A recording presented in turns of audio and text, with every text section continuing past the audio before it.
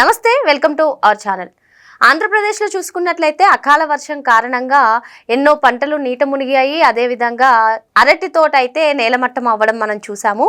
మరి ఇది బేస్ చేసుకుని పులివెందుల ఎమ్మెల్యే మాజీ సీఎం జగన్మోహన్ రెడ్డి అయితే పులివెందుల్లో పర్యటిస్తున్నారు. రైతులకు మేము ఆదుకుంటామంటూ ఆయన భరోసా ఇస్తున్నారు.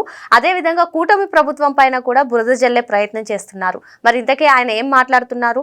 కూటమి ప్రభుత్వం నిజంగానే రైతులను మోసగిస్తుందా? ఇవన్నీ కూడా తెలుసుకునే ప్రయత్నం చేద్దాం. దీన్ని పూర్తిగా విశ్లేషించడానికి మనతో పాటుగా ఉన్నారు టీడీపీ అధికార ప్రతినిధి సూర్యదేవర్లత మేడం. మేడం నమస్తే. మేడం నమస్తే. మేడం, కూటమి ప్రభుత్వం అధికారంలోకి వచ్చిన తర్వాత మేము రైతులకు అన్ని విధాలా అండగా ఉంటామని చెప్పి వారు చెప్తున్నారు. మరోపక్క ఇది ఏదైతే అకాల వర్షం కారణంగా రైతులకు ఏదైతే పంట నీట మునగడం కానివ్వండి, లేదంటే అరటి తోట నేలమట్టం కానివ్వండి, ఇవన్నీ కూడా చూసిన జగన్మోహన్ రెడ్డి పులివెందుల్లో అయితే పర్యటిస్తున్నారు. మరి ఆయన కూటమి ప్రభుత్వం రైతులపై కపట ప్రేమ చూపిస్తుందని చెప్పి అంటున్నారు. ఏంటి మేడం, నిజంగానే రైతులను కూటమి ప్రభుత్వం పట్టించుకోవట్లేదా ఏంటి? ఏమంటారు మీరు? జగన్మోహన్ రెడ్డి ప్రజా సమస్యల మీద అంటే ఒకటి చూసాం, మిర్చి కోసం ధర్నా చేయటం కానివ్వండి, అది జరిగిన విధానం కానివ్వండి, అది చూసాం మనం. సో అక్కడ పెద్ద రెస్పాన్స్ రైతుల దగ్గర నుంచి రాలేదు. సరే, ఎప్పుడు కూడా జగన్మోహన్ రెడ్డి గారి రాజకీయ జీవితం అంతా చూసుకుంటుంటే ఏదో ఒక అసందర్భం అయినా ఏదైనా ఒక విపత్తు జరగాల అని ఎదురు చూస్తుంటారు. అంటారు కదా, గోతుకడ్ నక్కల్లాగా ఎవరన్నా చనిపోవాలి, అక్కడికి వెళ్ళి రాజకీయం చేయాలి, ఏదైనా నష్టం కలగాలి రాష్ట్రంలో, ఇట్లాంటి వాటి మీదే ఎదురు చూస్తూ ఉంటారు. సరే, అట్లాంటి వాటికి జరిగినా కూడా ఎట్లాగో కూటమి ప్రభుత్వం ప్రతిసారి ప్రతి చోట ఆదుకుంటూనే ఉంది. మనం విజయవాడ ఫ్లడ్సే చూసుకోవచ్చు, ఎక్కడ జరిగినా కానీ ఆ కూటమి ప్రభుత్వం ఆదుకుంటూనే ఉంది. రైతులను కానివ్వండి, విద్యార్థులను కానివ్వండి, ఆయన ఫీజు రియంబర్స్మెంట్ పోరు పెడతానని అది ఆపుకోవటం కానీ ఇవన్నీ చూసాం. అవును మేడం. తర్వాత ఇప్పుడేమో అది ప్రకృతి వైపరీత్యం మూలాన వచ్చిన విపత్తు ఇది. సరే, ఇది ఎవరు వాంటెడ్లీ చేసింది ఏమీ కాదు. అలాంటి చోటు కూడా వెళ్ళిపోయి, అంటే ఆయన కూడా ఎప్పుడు వెళ్ళాడు అది కూడా చూస్తే, బెంగళూరు వెళ్ళి ఉంటే బెంగళూరు నుంచి మళ్ళీ పులివెందులకు ఎవరో చనిపోతే పలకరింపుకి వెళ్ళి మళ్ళీ నెక్స్ట్ డే మార్నింగ్ తాపీగా ఆయన రైతుల దగ్గరికి వెళ్ళాడు. ఈరోజు వెళ్ళాడు అంటే జరిగి 3 రోజులు అవుతుంది. 3వ రోజుకి వెళ్ళారనమాట. ఆల్రెడీ అక్కడ పులివెందుల నియోజకవర్గంలో ఎమ్మెల్యేగా కంటెస్ట్ చేసి ఓడిపోయిన బీటెక్ రవి గారు ఆల్రెడీ ఆయన వెళ్ళటం, అక్కడ నివేదిక అంతా రైతుల్ని పరామర్శించటం, నష్టపరిహారం వాళ్ళకి నష్టం ఎంత జరిగింది ఏంటి కనుక్కోవటం, అదన్నీ సీఎం వరకు చేరవేయటం అన్నీ జరిగిపోయాయి. అన్నీ జరిగిపోయిన తర్వాత కూడా ఈయన ఇప్పుడు వెళ్ళి దాన్ని ఇప్పుడు మీకు ఇన్పుట్ సబ్సిడీ ఎంత వస్తుంది ఏంటి అని చెప్పటం అంటే ఒక చూడండి, ఒక ఫన్నీగా అనిపిస్తుంది. ఇన్పుట్ సబ్సిడీ కాక ఇన్సూరెన్స్ ఇన్పుట్ సబ్సిడీ పెంచమని చెప్పాలి. పెంచినారు సార్, ఆల్రెడీ 25,000 ఇన్పుట్ సబ్సిడీ పెంచమని చెప్పాలి. పెంచినారు సార్, ఆల్రెడీ 25,000 ఇన్పుట్ సబ్సిడీ పెంచమని చెప్పాలి. ఎంత ఫన్నీగా ఉందో చూడండి. వాళ్ళు పెంచారు, ఇన్పుట్ సబ్సిడీ పెంచారు, 25,000 నుండి 35,000 చేశారు అని అంటే పెంచమని చెప్పండి అని చెప్పి మళ్ళా పెంచలేదని చెప్పండి. ఇలాంటి డైరెక్షన్స్ ఇస్తున్నారు. అక్కడ మహిళా రైతులు చెప్తూనే ఉన్నారు, పెంచారు సార్, డబ్బులు పెరిగాయి, వస్తున్నాయి, 25,000 నుండి 35,000 చేశారు అని చెప్తుంది. అయినా కాదు అని చెప్పి అయినా ఇప్పుడు మళ్ళీ లోకల్ నిన్న ఆదివారం అయినా కూడా సో నా అధికారులందరూ వెళ్ళి సర్వే కూడా చేయటం జరుగుతుంది. ఎంతెంత నష్టం జరిగింది ఏంటి అనేది ఒక సర్వే చేస్తున్నారు. సో ఇవన్నీ కూడా బాబు గారి దృష్టి తీసుకెళ్తారు. సో ఎవరెవరికి ఏంటి కాంపన్సేషన్ ఎట్లా పే ఉంటుంది అనేది ఖచ్చితంగా చేస్తారు. సో ఎప్పుడు కూడా రైతులకి ఈ రకంగా ఇంత భారీ మొత్తంలో నష్టపోతే మటుకు వాళ్ళకి ఇబ్బంది అనేది బాబు గారి రైతు కుటుంబం నుంచి వచ్చిన వ్యక్తికి తెలియదా? సో ఆయనకు ఖచ్చితంగా తెలుసు. అదేలాగా ఆదుకుంటారని ఆయన భరోసా ఇవ్వటం కానివ్వండి, జగన్మోహన్ రెడ్డి గారు వెళ్ళిపోయి ఇప్పుడు 3 రోజుల తర్వాత వెళ్ళి రాజకీయం చేయటం ఎలా ఉంది? ఒక సీఎంగా, మాజీ సీఎంగా చేసిన వ్యక్తి ఇలాంటి మాటలు చెప్పటం కానివ్వండి, ప్రజల్లో వెళ్ళిపోయి ప్రజలు చులకనగా చూడటం లేదా? ఇలాంటి స్టేట్మెంట్లు ఇస్తుంటే, ఇలా మాట్లాడమని వాళ్ళకి డైరెక్షన్ ఇస్తుంటే వాళ్ళే చులకనగా చూస్తున్నారు. మాకు పెంచిన తర్వాత కూడా ఇన్పుట్ సబ్సిడీ మళ్ళీ పెంచమని అడగమంటున్నారంటే ఈయన కన్నా కూడా బెటర్మెంట్గా కూటమిగా ప్రభుత్వం ఇస్తుందని వాళ్ళు చెప్తున్నారు. చెప్పినా అడగండి అని అంటున్నారు. అంటే ఇక్కడ చూడండి, పులివెందులలోనే వ్యతిరేకత స్టార్ట్ అయిపోయింది.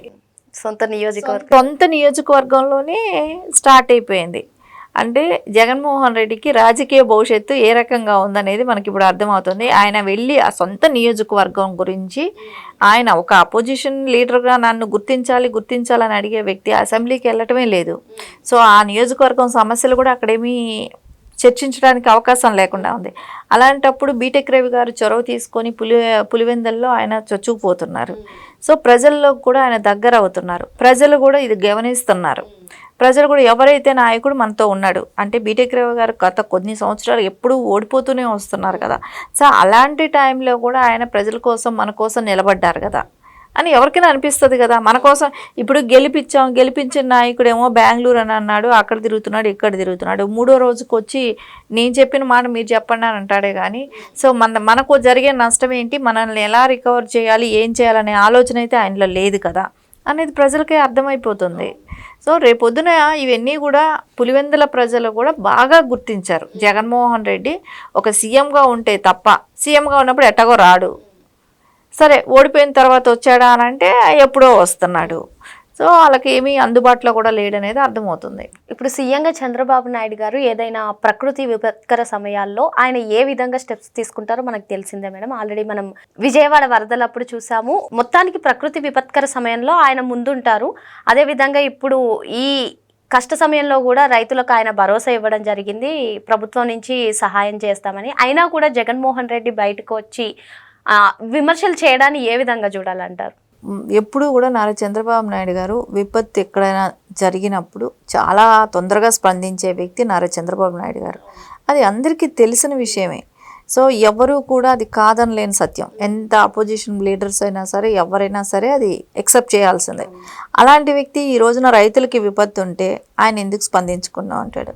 ఆల్రెడీ అంటే బాబు గారు ఎంత ఫాస్ట్గా పని కంప్లీట్ చేసిన తర్వాత ఇంకొక రోజుకి నిద్ర లేస్తున్నాడు జగన్మోహన్ రెడ్డి. ఆయన పని కంప్లీట్ చేసేసుకొని ఆయన దగ్గర అన్ని నివేదికలు తెప్పించుకొని లోకల్ లీడర్లు పనిచేసేసి అధికారులను పంపించేసి అన్నీ అయిపోయిన తర్వాత ఈయన నిద్రలేస్తున్నారు. అంటే ఈయన ఏ రకంగా పనిచేస్తున్నాడు. సొంత నియోజకవర్గంలో జరిగితే కూడా ఆయన అంత పట్టించుకోలేదు కదా, మూడో రోజు వరకు పట్టించుకోలేదు. సో ఈ రోజున అది ఆయన యాక్చువల్లీ వచ్చుండకపోవచ్చు మేబీ, ఎందుకంటే అక్కడ ఎవరో చనిపోతే పలకరింపుకి వెళ్ళాలి కాబట్టి అక్కడికి వెళ్ళారేమో, లేదంటే అక్కడికి అది కూడా వెళ్ళేవాడు కాదేమో పులివెందలైనా. అంటే మొత్తానికి పలకరింపుకి వెళ్ళి అక్కడ ప్రజలకు కనిపించకపోతే బాగోదని చెప్పి వెళ్ళుంటారు. అంతే, ఖచ్చితంగా అదే జరిగింది. అక్కడ లేకుంటే బాగోదనే రకంగా వెళ్ళటమే కానివ్వండి, నష్టపోయిన రైతులు ఉంటారు కదా, వాళ్ళని వెళ్ళి పలకరించి వెళ్దాం అనుకోవటమే కానివ్వండి, ఆ రకంగా వెళ్ళటం కానీ పని కట్టుకుని వాళ్ళ కోసం వెళ్ళింది ట్రిప్ అయితే కాదు అది. సో అది ప్రజలందరూ కూడా గమనిస్తున్నారు కదా. అది ఎన్ని రోజుల తర్వాత ఈయన ప్రజల గురించి ప్రజల కోసం పనిచేసే నాయకుడా? ఇక్కడ మనకు చూస్తే అర్థమవుతుంది కదా ఎవరు పని చేస్తారు, ఎవరు పని చేయరు అనేది. సో ఇవన్నీ కూడా నారా చంద్రబాబు నాయుడు గారిని విమర్శించే స్థాయి వీళ్ళకి లేనే లేదు. సో ఆయనకి తెలుసు ఎప్పుడు ఏ పని చేయాలి, ఎప్పుడు ఎవరికి ఎక్కడ అవసరం ఉంటే ఆయన టక్కన అక్కడ వాలిపోతారు, ఆదుకోవటానికి ఉంటారు. సో ఖచ్చితంగా ఈ రోజున ఇలాంటి ఇన్సిడెంట్లు ఏదైనా ఉపద్రవాలు వస్తే అది చెప్పిరావు, అనుకోకుండా జరిగే ఇన్సిడెంట్లు కాబట్టి వాటికి అన్నిటికీ కూడా సిద్ధంగా ఉన్న నాయకుడు నారా చంద్రబాబు నాయుడు. ఆయన ప్రభుత్వంలో ఉన్నప్పుడు ప్రజలకు ఇలాంటి విపత్తులు వచ్చినా కానివ్వండి ఆయన ఆదుకునే శక్తి సామర్థ్యం ఉన్న నాయకుడు నారా చంద్రబాబు నాయుడు గారు. కాబట్టి ఈ జగన్మోహన్ రెడ్డి గారు లాంటి వాళ్ళు వచ్చి ప్రభుత్వాన్ని ఏదో ఒకటి మాట్లాడి వెళ్ళాలనే ఒక దానికోసం వెళ్ళారు పులివెందుల. అదే అక్కడ వెళ్ళబట్టి వెళ్ళారు అంతే, ఆయన ఏదో ఆయన సొంత పనికి వెళ్ళబట్టి వెళ్ళాడు అక్కడికి. సో అది ఖచ్చితంగా ఇవన్నీ కూడా ప్రజలు గమనిస్తూనే ఉన్నారు. ఎస్పెషల్లీ ఇప్పుడు పులివెందుల ప్రజలకి బాగా అర్థమవుతుంది జగన్మోహన్ రెడ్డి గారు చేస్తున్న పనులేంటి, ఆయన మనతో ఎలా ఉన్నారు, మన కోసం వచ్చారా, మన కోసం కాదు కదా అనేది వాళ్ళకి అర్థమవుతుంది కదా. మరో అంశంతో మళ్ళీ కలుద్దాం. Thank you madam. నమస్తే.